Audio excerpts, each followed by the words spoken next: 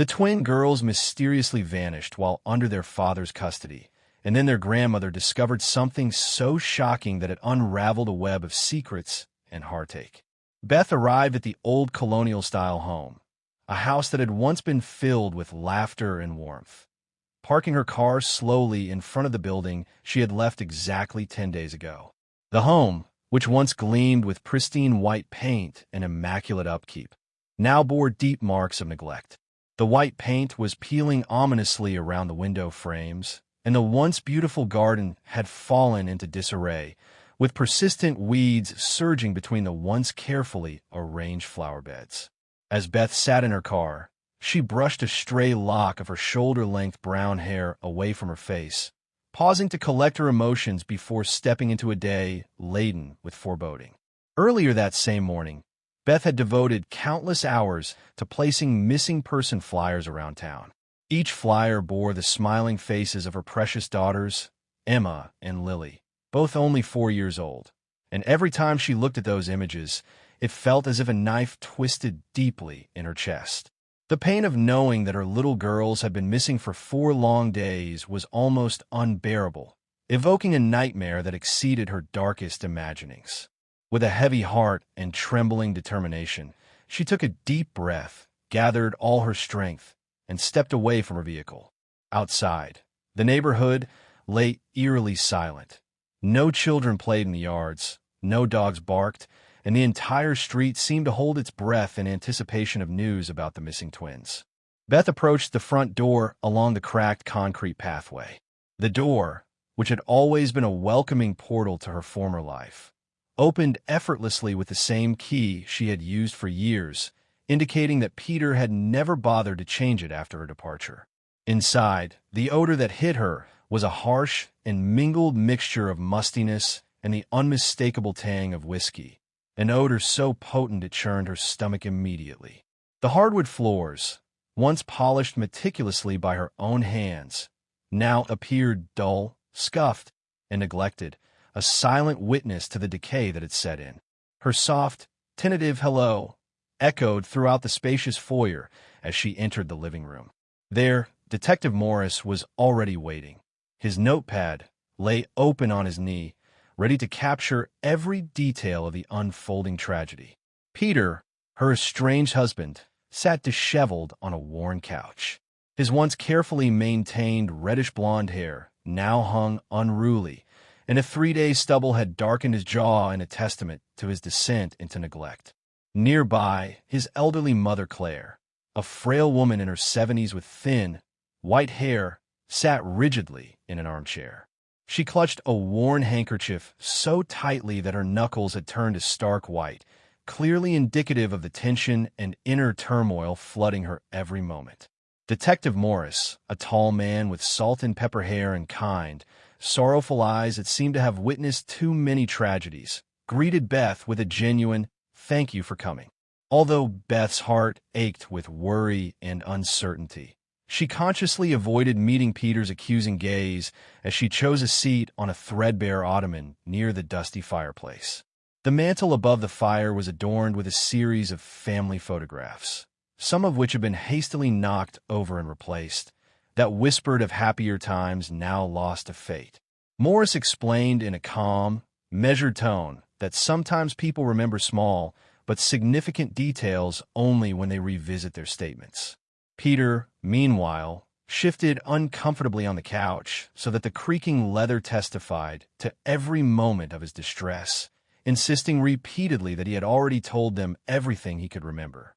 His voice, laden with the unmistakable scent of alcohol, reached Beth even before he had finished speaking. Peter recounted in detail that on that fateful afternoon, around 4 p.m., the girls had begged to play hide-and-seek in the backyard.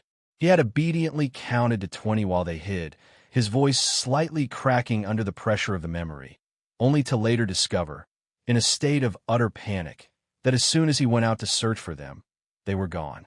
He described his frantic search. He scoured behind the shed, peered among the bushes, and even looked under the deck, calling their names with such desperation that his throat felt raw. Every word he uttered was punctuated by the sight of Claire, who, whenever a floorboard creaked would jump as though startled by ghosts, her eyes darting nervously around the room, while she continuously twisted her handkerchief and dabbed away tears that were not yet fully formed. When Detective Morris inquired about the state of the backyard gate, especially since it had been reported as closed, Peter casually admitted with a shrug that it was, in fact, unlocked.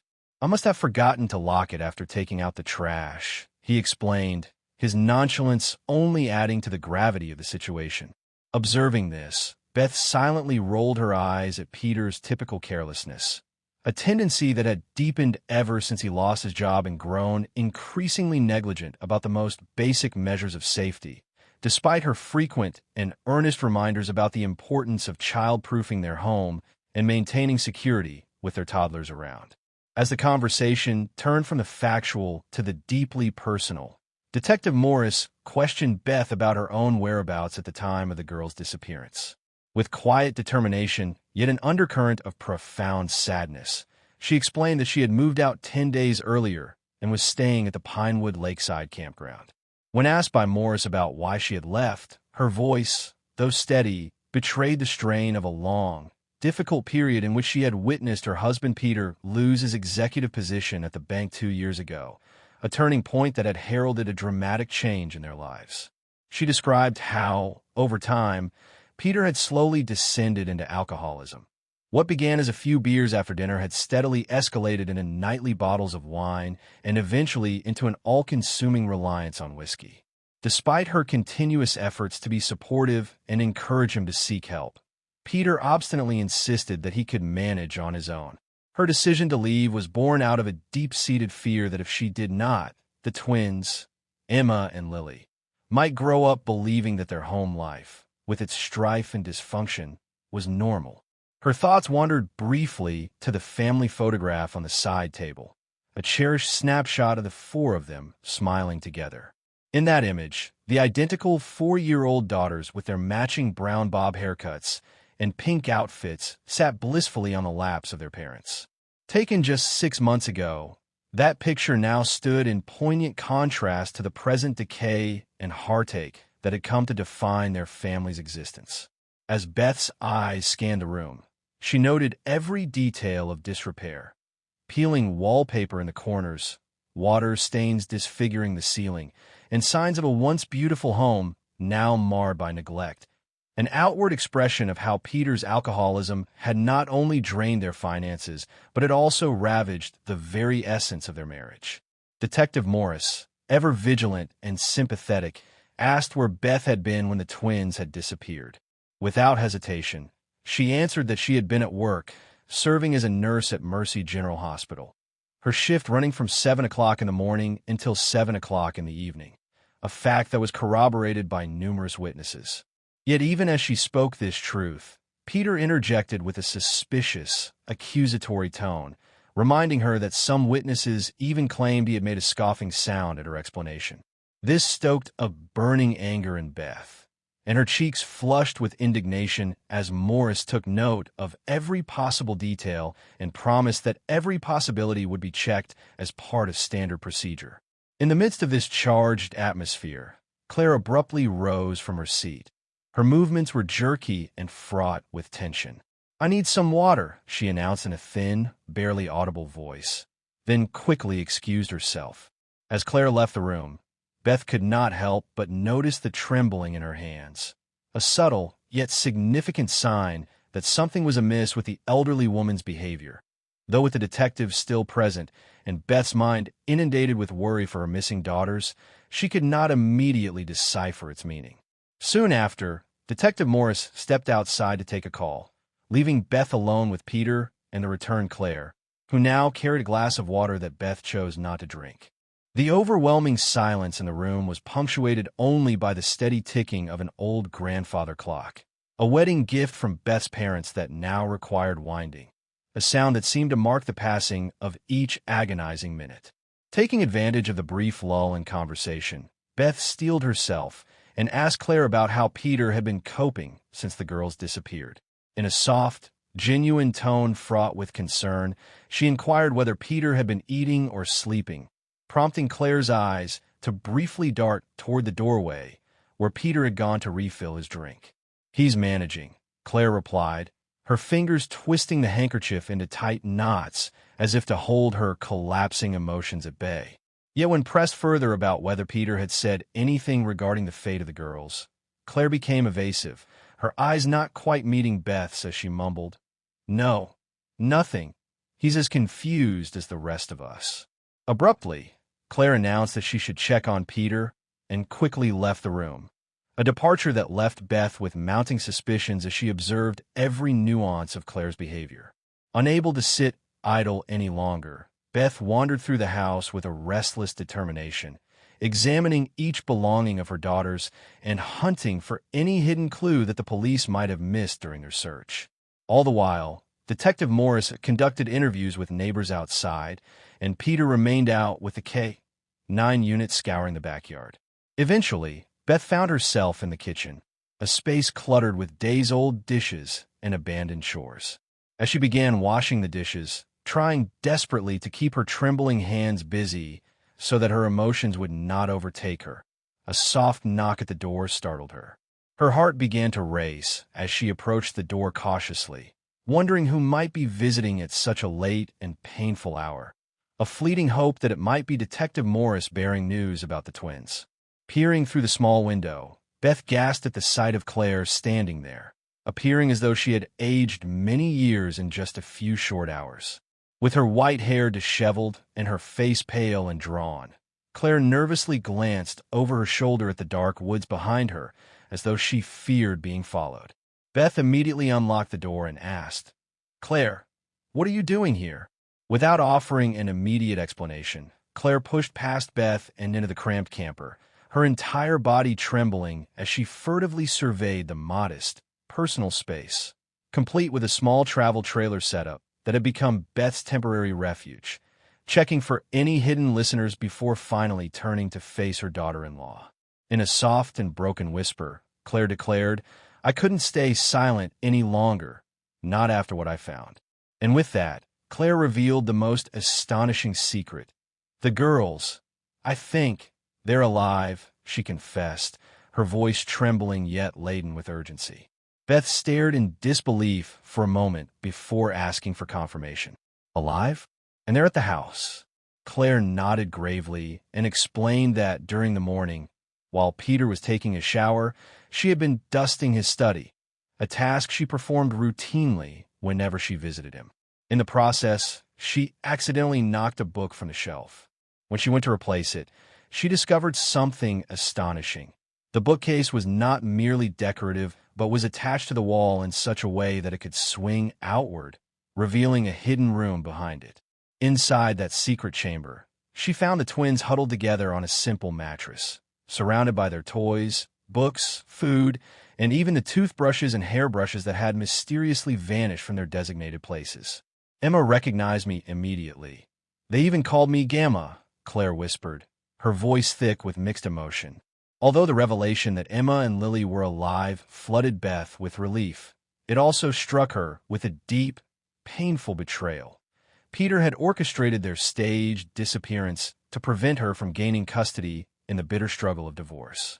Peter, in a desperate bid to keep his daughters close in his own misguided way, had concealed them from the world, staging a situation where everyone might believe they had been abducted by a stranger. The gravity of the situation escalated further as Peter's behavior grew increasingly erratic over the course of the day. Throughout the afternoon, he had been drinking heavily, from what appeared to be water that was in reality vodka, to openly pouring generous amounts of whiskey. His paranoia began to peak, especially whenever anyone approached his study or dared to touch his meticulously arranged bookshelf, which he insisted must remain untouched. At one point, Detective Morris had picked up a volume on child psychology, prompting Peter to remark vehemently, "Don't move those books. I have a system." The officer even noted that Peter, in a state of defensiveness, had already warned that a thorough search of the house was needed as a standard procedure in missing persons cases, to which Peter retorted dismissively that nothing would be found because he had not done anything to his daughters.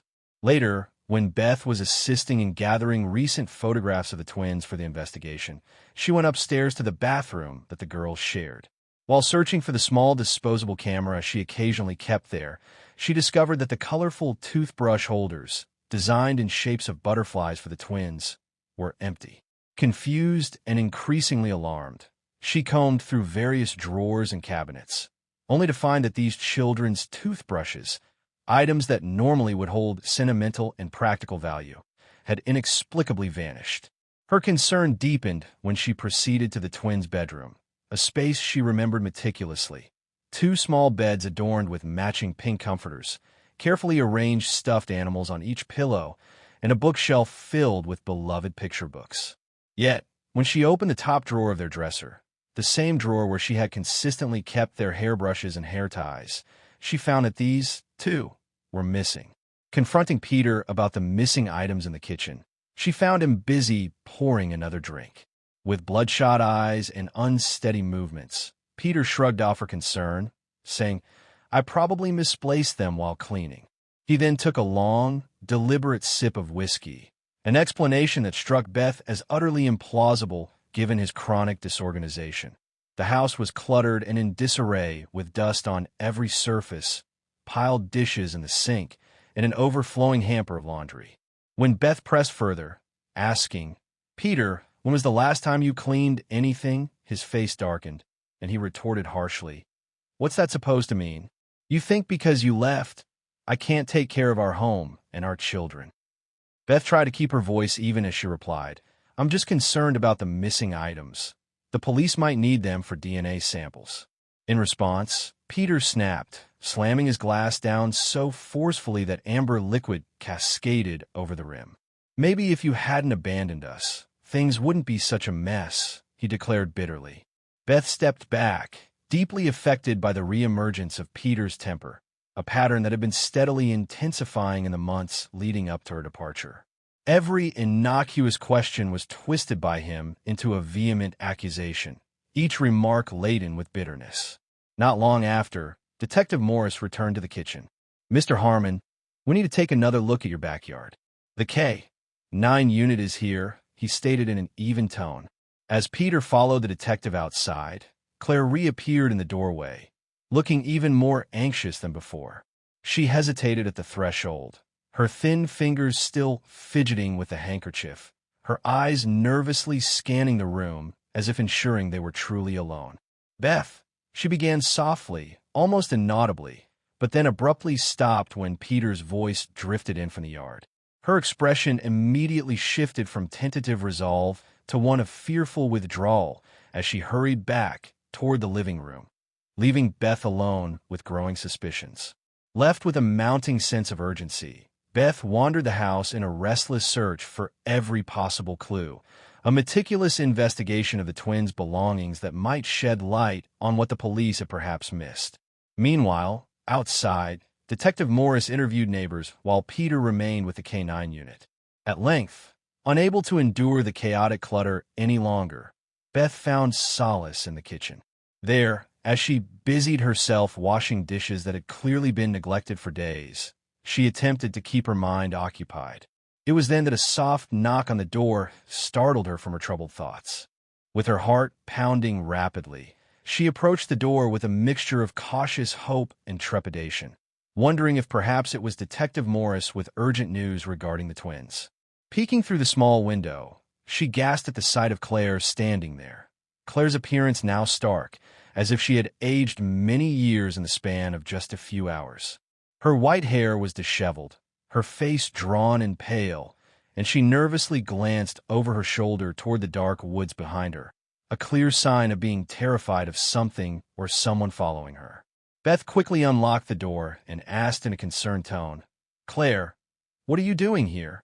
Without pausing to answer directly, Claire pushed past Beth and hurried into the small camper, a modest 16 FD travel trailer that had become Beth's temporary home.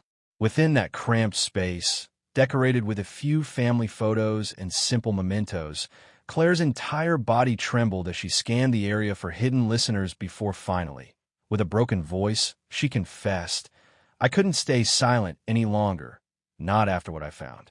At that pivotal moment, Claire revealed the secret that would forever change everything. "The girls, I think, they're alive," she said, voice shaking yet resolute. Beth stared in shock for a long moment before confirming. Alive? And they're at the house. Claire nodded, her eyes filled with both sorrow and relief, and explained in a whisper that earlier that morning, while Peter was in the shower, she had been dusting his study, a task she had performed routinely on her visits. During that time, she accidentally knocked a book from a shelf, and in doing so, discovered that the bookcase was attached to the wall in a peculiar way. With quiet curiosity, she pushed against it and realized it could swing outward, revealing a hidden room behind it. There, on a simple mattress, she found the twins huddled together. They were unharmed, surrounded by their toys, books, food, and even all the missing toothbrushes and hairbrushes that had mysteriously disappeared from their usual spots. Emma recognized me immediately. They call me Gamma, and they seemed confused but not frightened, Claire accounted softly. The revelation that Emma and Lily were alive filled Beth with an overwhelming rush of relief, tempered by the painful sting of betrayal.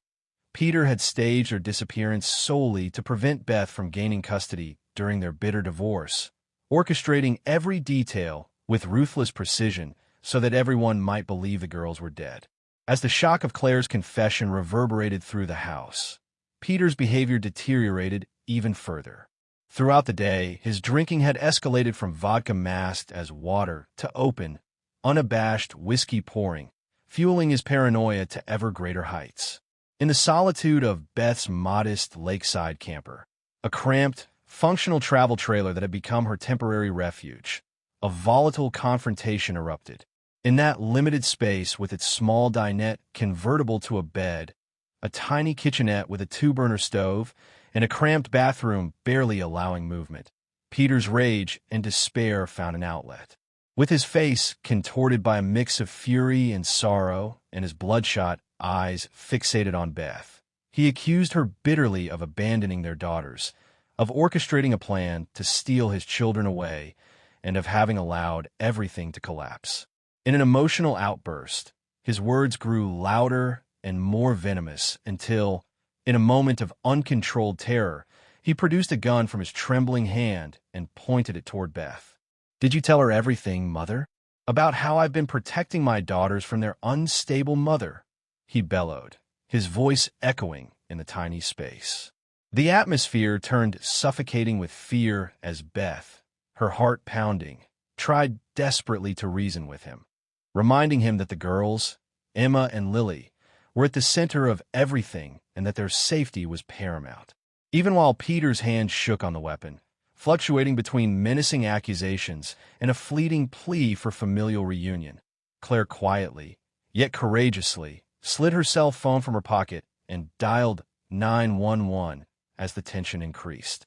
Outside the camper, the unmistakable sound of police sirens grew louder, and blue and red lights flashed through the narrow windows, casting shifting patterns of light across the faces inside.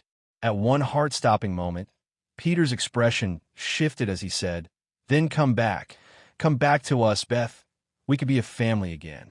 I'll stop drinking. I'll get help. I promise." Yet even as Beth attempted to soothe him with soft, sincere words reminding him that their daughters needed both of their parents, his paranoia reignited. "You stopped being family when you walked out that door when you abandoned us," he roared, his voice rising, and he raised the gun once again, his finger tightening on the trigger. The atmosphere in the camper grew unbearable, every second stretched by the rising urgency of the approaching police. Then, in a desperate and tragic moment, Peter turned the gun away from Beth and pressed it against his own temple. "No!" cried Beth as she lunged forward desperately, and Claire screamed, reaching out for Peter. Before either woman could prevent further disaster, the camper door burst open and two police officers rushed in, their commanding voices echoing, "Drop the weapon now."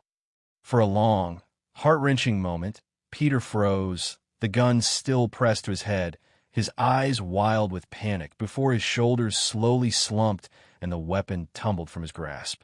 In a soft, broken voice he murmured, "My daughters, I just wanted to keep my daughters," as the officers quickly restrained him and led him away. Handcuffed and led out under the glare of police lights, Peter's face became a vision of hollow despair and tearful regret, a vivid contrast to the fury he had once displayed. Detective Morris appeared again in the doorway with a grave expression, asking gently, "Mrs. Harmon, are you all right?" Beth managed a nod, though her heart was shattered, and she responded with urgency, "The girls, they're at the house, in a hidden room behind the bookcase in Peter's study." Detective Morris's eyebrows shot up at the revelation, and without hesitation, he dispatched officers to the house with detailed instructions regarding the secret space. Already, Beth reached for her coat in a frantic effort to return to the home where her daughters might be waiting, insisting that they would be frightened if kept in prolonged isolation. Together with the detective, she hurried toward the house. When they arrived, the neglected home was illuminated harshly by a switched-on porch light that made every peeling bit of paint and every overgrown flower bed appear even more forlorn. With trembling hands, Beth fumbled with her keys until Detective Morris gently took them from her and unlocked the door. Inside, the stale, musty atmosphere mixed with lingering notes of whiskey and unwashed dishes as officers conducted a swift, efficient sweep of the main floor before making their way toward Peter's study. In that study, an environment that recalled both better times and enduring neglect. The dark wood paneling, heavy curtains, and large, cluttered desk piled high, with papers and empty glasses provided a somber backdrop. Dominating the far wall was a seemingly ordinary bookcase filled with leather-bound volumes that Peter had amassed over the years. Many of these books had never been read, yet their presence exuded an air of significance. "It's behind there," Claire said, her voice trembling as she pointed with a shaking finger, recalling a particular mechanism, a latch or something similar, that Peter had once shown her when the house was first built. One of the officers stepped forward to examine the bookcase carefully. Despite several attempts and even suggestions that tools might be needed to force it open, Beth firmly interjected, "My daughters are in there. We're not using crowbars or anything that might frighten them more." Slowly, she ran her hand along the shelves, her fingers pausing on a copy of The Secret Garden, a cherished gift from her on their first anniversary that was slightly pulled forward, unlike the others. Acting on an instinctual impulse, she tugged at the book, and with a soft, reassuring click, the entire right section of the bookcase swung outward by an inch or two.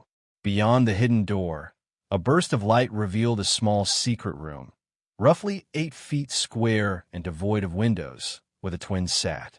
In this concealed space, on a simple mattress surrounded by all the items that had inexplicably gone missing, the toothbrushes, hairbrushes, and personal mementos, and a modest array of toys, books, and food, Emma and Lily were found huddled together in matching pajamas. Their tangled brown hair and wide, confused eyes reflected both fear and a dawning hope.